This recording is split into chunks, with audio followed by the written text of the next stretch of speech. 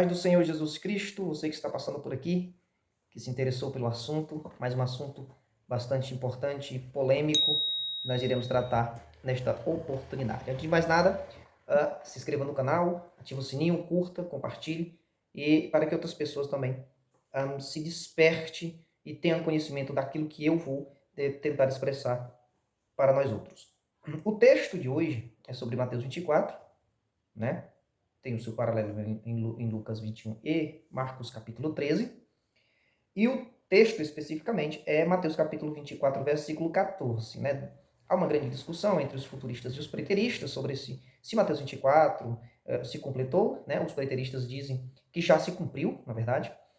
Os futuristas dizem que não. Os preteristas dizem que sim, lá por volta do ano 70, eles argumentam em cima disso, né? Usam bastante a história, Flávio José, Eusébio, eles citam muitas referências históricas que escreveram sobre a história sobre aquele período, e eles tentam embasar, né, a sua teologia, seu ensino, que eu, né, como dispensacionalista, como pré-tribulacionista, considero equivocado, como futurista, né, mais especificamente. Então há essa discussão, mas dentro de todos os textos que é discutido, né, nós temos a parte mais importante, que é esta geração em referência à geração do tempo de Jesus ou a geração do tempo da tribulação. Esse é um assunto que também devo gravar sobre isso. Bem, mas o texto de hoje é Mateus 24:14, que diz assim: E este evangelho do rei será pregado em todo o mundo, como testemunho para todas as nações, e então virá o fim. Marcos capítulo 13, versículo 10, é quase a mesma coisa, e diz: E o evangelho deve ser primeiramente pregado entre todas as nações. Bem, Kenneth Jetri Jr., ele defende algo assim muito perigoso. É uma interpretação que ele faz de Mateus 24:14 e dos seus paralelos, assim, muito escorregadio, né? E de cara, para quem conhece o básico, não precisa nem de você ser profundo. Básico, se você conhece o básico, você vai ver que é um erro muito grotesco, é um erro assim, que para um nível de Kennedy Jetrin é muito alarmante, né? É muito alarmante. Ele defende que ali a palavra mundo, né, que ele realmente está certo em dizer que ali não é cosmos, no grego, oikomene, né, oikomene, se a expressão talvez esteja errada, mas mais ou menos isso, oikomene, a expressão lá é oikomene, não é cosmo, certo? E a palavra oikomene, né, que vem de oikia, que é morada, né, morar, habitar, significa ou tem um sentido de terra habitada. Esse é o sentido de oikumene, terra habitada. Qual é, então, o erro que Kenneth Jetri Jr. comete?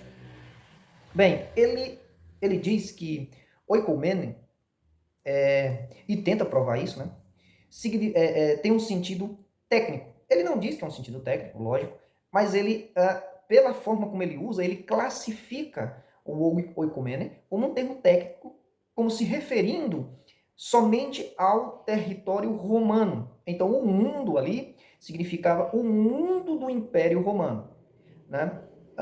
Um, um homem bastante conhecido, né, que tem um dicionário muito famosíssimo, talvez hoje um dos maiores considerado entre os eruditos, que é Kittel, né, ou Kittel.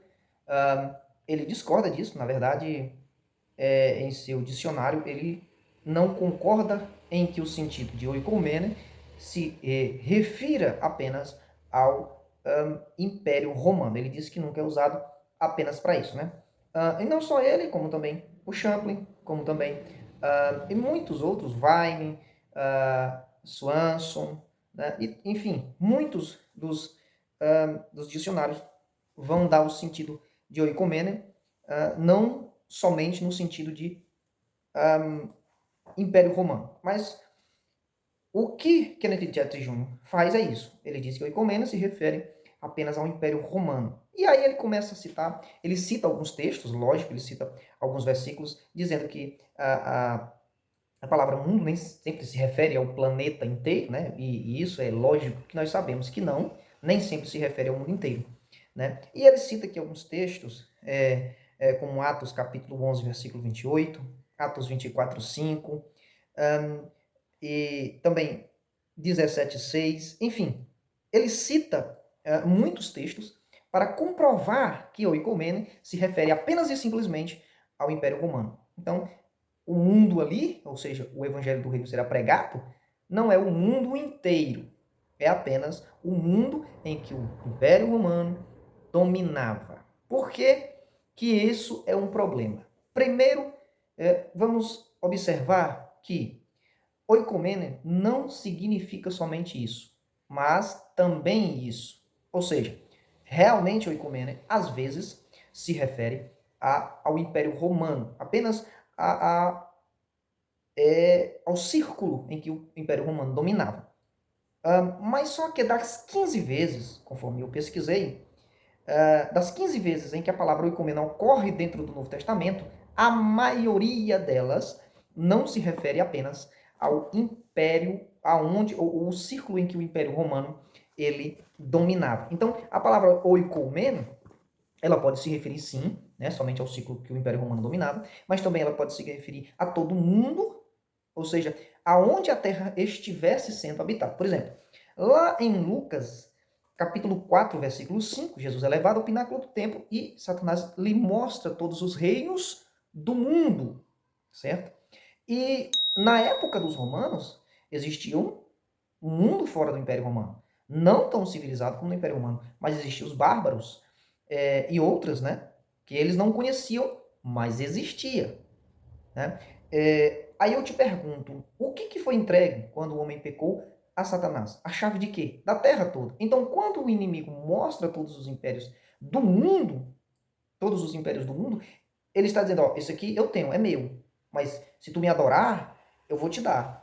Então não pode ser, o sentido ali não pode ser só o Império Romano, porque o diabo não tinha só a circunferência do Império Romano como domínio, ele tinha a terra inteira. Por exemplo, em Apocalipse, capítulo 12, versículo 9, lá diz que, fala do dragão, né? Que é o sedutor de todo mundo. Aí eu te pergunto, ele seduz, a palavra lá também é oikomene, certo? Todos esses textos, o mundo aqui é oikomene, não vou citar o cosmo porque, né, não é a mesma palavra, não tem o mesmo sentido, mas lá é mundo, o sedutor de todo mundo. Aí eu pergunto, Satanás só seduzia ou seduz a circunferência do Império Romano e os bárbaros? Fazia parte? Claro que fazia. O inimigo não seduz ou seduzia apenas os reinos que estavam dentro da circunferência do Império Romano, mas a todos, como sempre foi e como até que ele seja literalmente preso para sempre, jogado lá na prisão eterna, até então ele vai seduzir o mundo todo, em todos os sentidos. Aonde tiver um ser humano morando, ele estará seduzindo. Lá em Hebreus, capítulo 1, versículo 6, também fala que ao introduzir o primogênito no mundo, aí eu te pergunto, que mundo é esse? É apenas o do Império Romano? Não. Então eu estou lhe citando exemplos aqui para mostrar que Dr. Kenneth Dietrich está errado. A palavra oikomene, ela não tem somente o sentido de o Império Romano. Ele não tem só esse sentido, mas a terra habitada, aonde tiver um ser humano, ela está se referindo àquela pessoa ali. Porque Deus amou o mundo de tal maneira, né? E a palavra ali não é a mesma no original, né? Mas tem esse mesmo sentido. O mundo, as pessoas e também, né, a natureza. E ele também cita, interessante, que ele diz que o evangelho do reino é para os judeus, né? Como argumento para dizer que o mundo ali é apenas um mundo habitado pelo Império Romano, ele diz, não, o evangelho do reino é para os judeus. É só para os judeus. Né? É só para os judeus. Então, a palavra mundo tem que se referir apenas aonde os judeus estão espalhados. Só que o evangelho, como disse Kitton, repito novamente no seu dicionário, não é somente para os judeus. É para o mundo todo. É para os gentios, é para os romanos, é para os bárbaros, é para os citas, enfim, em todos os sentidos. Ah, mas ele está falando do evangelho do reino. Isso daria até outro vídeo. Né? Eu não vejo diferença entre o evangelho do reino, e o evangelho da graça. Né? Talvez tenha diferença de ênfases, mas eu defendo, né? Já me perguntaram sobre isso, que é o mesmo, o evangelho do reino.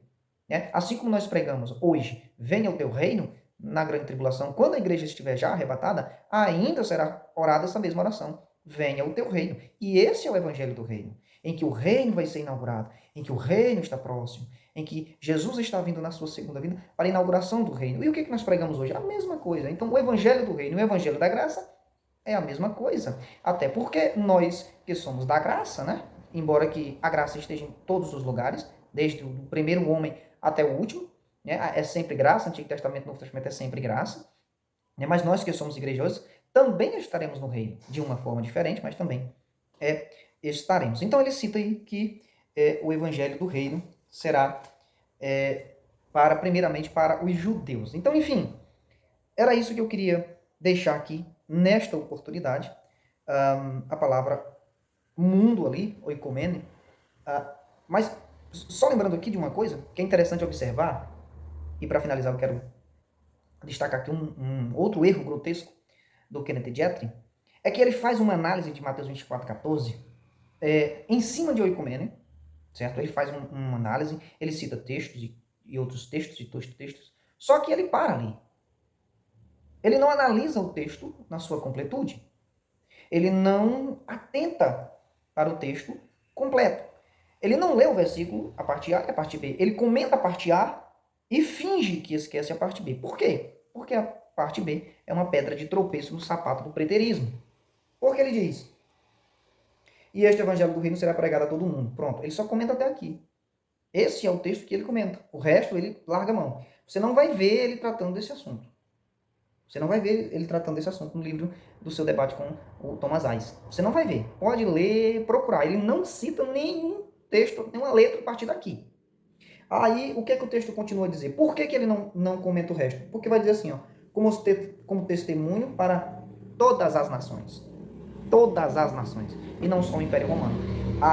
Sempre que o mundo, a palavra mundo, aparece na Bíblia, dependendo do seu contexto, é apenas um mundo conhecível. É apenas o mundo do Império Romano. Mas todas as vezes que mundo e nações aparecem no mesmo texto, mundo e nações, é todas as nações do mundo, importando que conheça ou que seja desconhecido do autor que está escrevendo. Então, aqui, todas as nações é um tiro certeiro, né, no argumento do Kenneth Jetri, porque todas as nações inclui até aqueles que o autor, no caso aqui de Mateus, desconhece. Então, sempre que nações aparecem no Novo Testamento, no livro de Apocalipse, está se referindo não só às nações do Império Romano, mas às nações do mundo, certo? Todas, que seja conhecido ou não. Então, todas as nações. Se o texto para em mundo, aí nós teríamos um grande debate e uma grande polêmica, né? Porque o texto parava ali em mundo.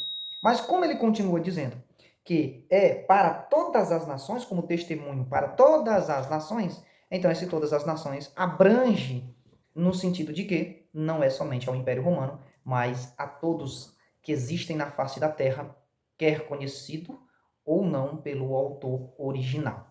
Então, esse é os problemas que eu consegui, né, assim, muito perturbadoramente, posso lhe dizer, porque são textos simples e que ele não trata, né, e faz um malabarismo muito grande para tentar corroborar os seus argumentos. Não se esqueça de se inscrever no canal, de ativar o sininho, de compartilhar e de nos ajudar comentando. Se você discorda, por que discorda, sempre educadamente. Fica na paz do Senhor Jesus Cristo. Até a próxima.